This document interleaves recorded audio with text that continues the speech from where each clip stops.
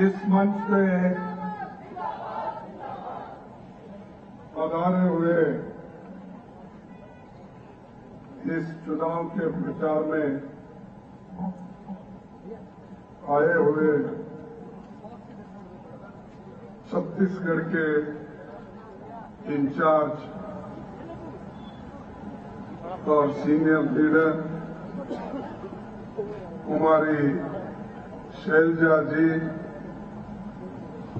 और आपके चाहते नेता और छत्तीसगढ़ के चीफ मिनिस्टर जिन्होंने अपने 5 साल सरकार चलाकर गरीबों की मदद की और कांग्रेस पार्टी का झंडा ऊंचा किया। इसलिए इस नए साल या नया जो आपका छत्तीसगढ़ का 1 नवंबर की जो सालगिरह आप मनाते, उनको और आपको सभी को मैं बधाई देता हूं। भूपेश जी तो बहुत यशस्वी अपना काम किया और आप लोगों के जो डिमांड उन्होंने 5 साल पहले जो दिए थे, जो वायदे किए थे, उन वायदों को पूरा करने का काम उन्होंने किया।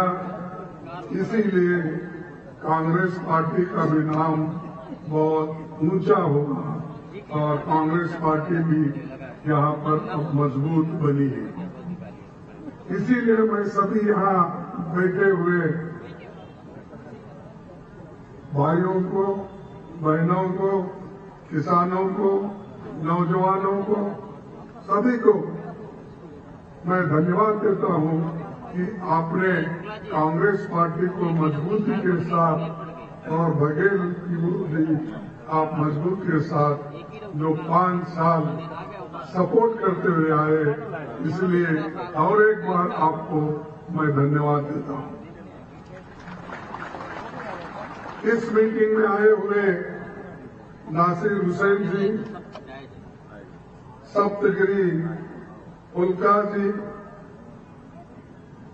श्रीवेलु प्रसाद जी, श्रीमती महेश्वरी बघेल जी, जिला अध्यक्ष, मीडिया के मेरे सारे दोस्तों और सुकमा विधानसभा और छत्तीसगढ़ के सारे मेरे भाइयों और बहनों और इस मंच पे बैठे हुए सारे मेरे साथी,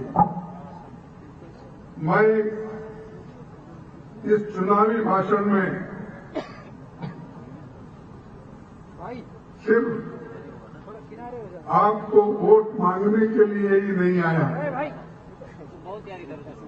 मैं यहाँ पर जो आया हूँ और आपसे विनती करूंगा, एक तरफ तो हमको चुनाव जीतना है, लेकिन सबसे ज्यादा समाज को बचाना है और संविधान को बचाना है और लोकतंत्र को बचाना है, देश को बचाना है। ये सबसे बड़ी बात है। अगर आज लोग बहुत से बात करते हैं, महात्मा गांधी जी ने अगर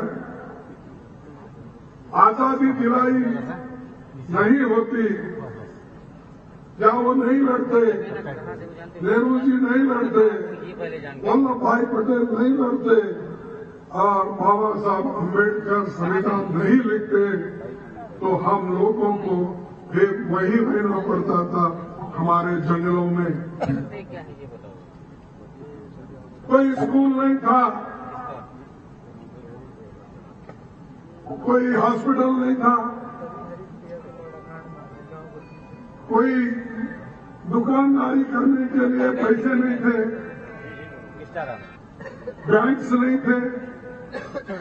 ये सब किसने किया? कांग्रेस ने किया।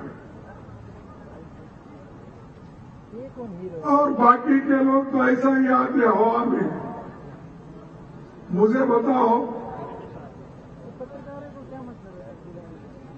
बीजेपी ने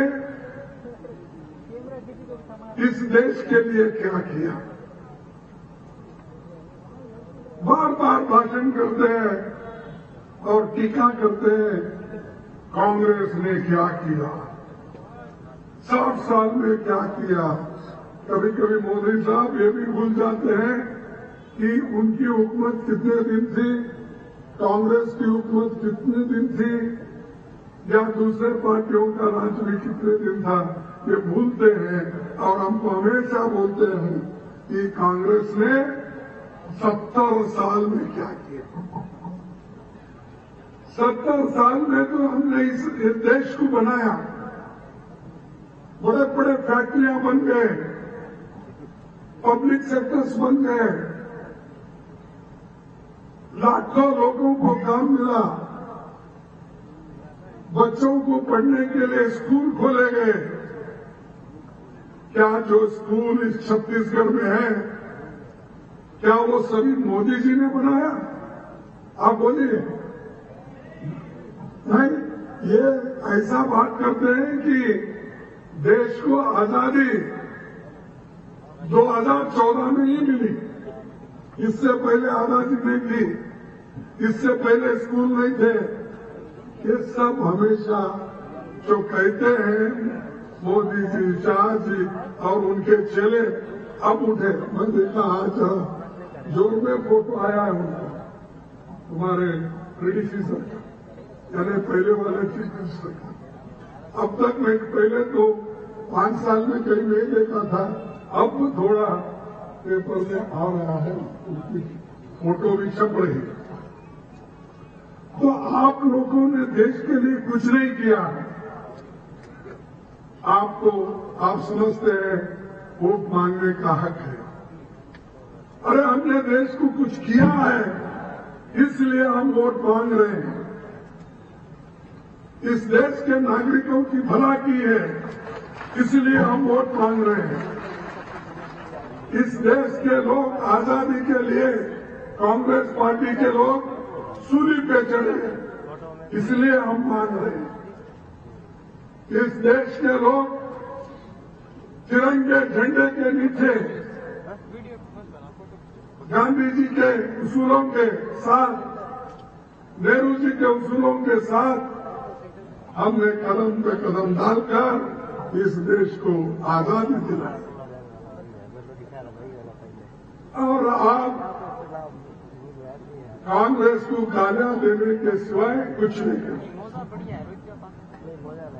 इसीलिए आपको बहुत सोचना है। अब यूं भी वोट हम नहीं मांग रहे, देश के लिए तो कुछ न कुछ हमने किया। उस वक्त भी मांगे, उस वक्त भी देश के प्रधानमंत्री जवाहरलाल नेहरू जी थे, इंदिरा गांधी थे, लाल बहादुर शास्त्री थे और राजीव गांधी जी थे, जिन्होंने देश को अपना योगदान दिया, अपनी जान दी। कोई बीजेपी में देश के लिए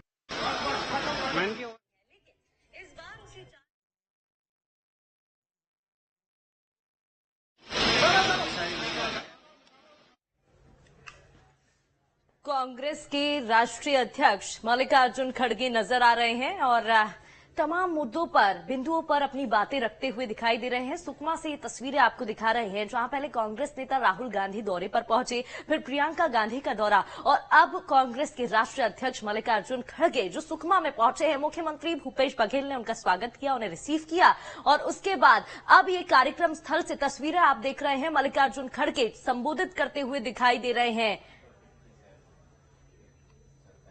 तो लाइव तस्वीरें सुकमा से आपको दिखा रहे थे।